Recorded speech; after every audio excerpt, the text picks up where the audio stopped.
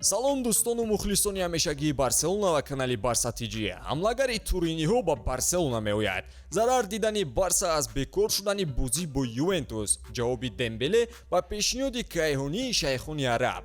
ин ва дигар хабарҳои дастаи барселонаро имрӯз дар навори худ ба шумо пешкаш хоҳем кард. барои дастгирӣ аз канал лутфан лайк зарӣ, навор гузошта ҳатман ки обуна шавед. барои дастгириятон сипосгузорем.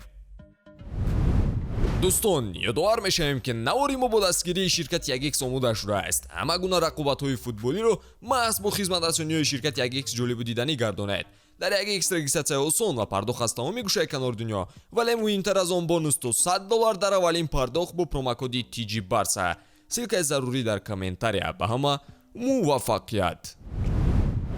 бозингарони барселона ки ба гастроэнтерит гирифтор шуда буданд шифо меёбанд. ёдовар мешавем ки бозии барселона ва ювентус ки бояд 23 июл дар сан-хосе баргузор мешуд, бо сабаби хуруҷи гастроэнтерит дар байни бозингарони дастаи каталонӣ бекор карда шуда буд.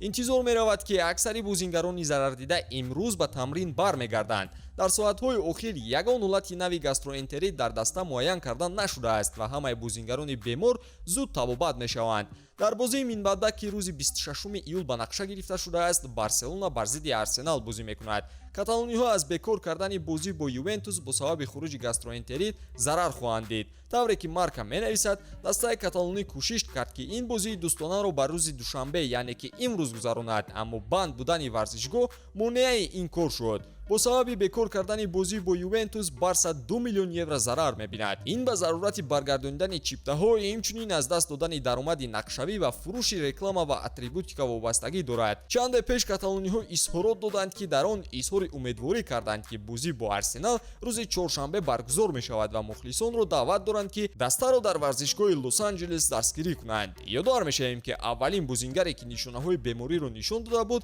ҳимоятгар Жуэл Кунде буд. сипас якчанд футболбозони дигар сироят ёфтанд ва барселона натавониста буд ки ба бозӣ муқобили ювентус барояд. нақши дембеле бо омадани хави ба барселона зина ба зина муҳимтар гаштан гирифт. футболбозе ки нияти тамдиди шартнома надошт ва агенти озод ҳам шуда буд, ахиран дар барса боқӣ монд.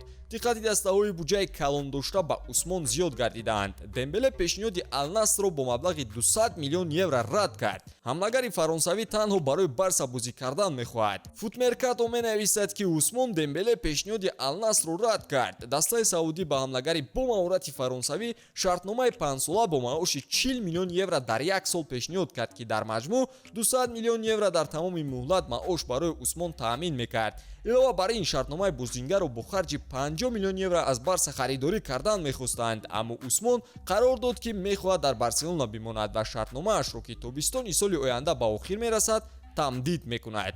ба ҷуз дастаҳои арабӣ, ПСЖ ҳам баъди моҷароҳо бо Мбаппе мехоҳад ки дембелеро ҳамчун ҷойгузини Килиан ба Париж орад. дар ҳоли ҳозир ҳама пешниҳодҳои гарони ирсолшуда бо ҷавоби ради футболбоз анҷом ёфтааст ва дембеле нияти тарки Каталония карданро надорад. ёдовар мешавем ки дембеле дар 25 бозии Ла Лига мавсими гузашта 5 гол зада 7 ассистро ба номаш муҳр зада буд. ювентус мехоҳад Федерико Кьезаро бо яке аз бозингарони барселона иваз кунад. ювентус ба барселона пешниҳод кардааст ки бозингаронро иваз кунанд. нашрияи итолиёвии Salsio Mercato чунин маълумотро ба нашр баровардааст. гуфта мешавад ки туриниҳо омодаанд ки ҳамлагар Федерико Кьезаро ба Камп Nou фиристанд. ана бар ивази ин бошад, ювентус мехоҳад нимҳимоятгар Франк Кесеро ба даст орад. барселона варианти пешниҳодшударо баррасӣ мекунад. нархи Кьеза 60 миллион евро гуфта мешавад ва барселона бо иваз кардани Кесе бояд ки 30 миллион еврои дигар иловатан маблағ пардохт кунад. Кесе инчунин имкони кӯчидан ба Арабистони Саудиро дорад. бо вуҷуди ин, пешниҳодҳои саудиҳо ба худи роҳбарияти барселона писанд нестанд.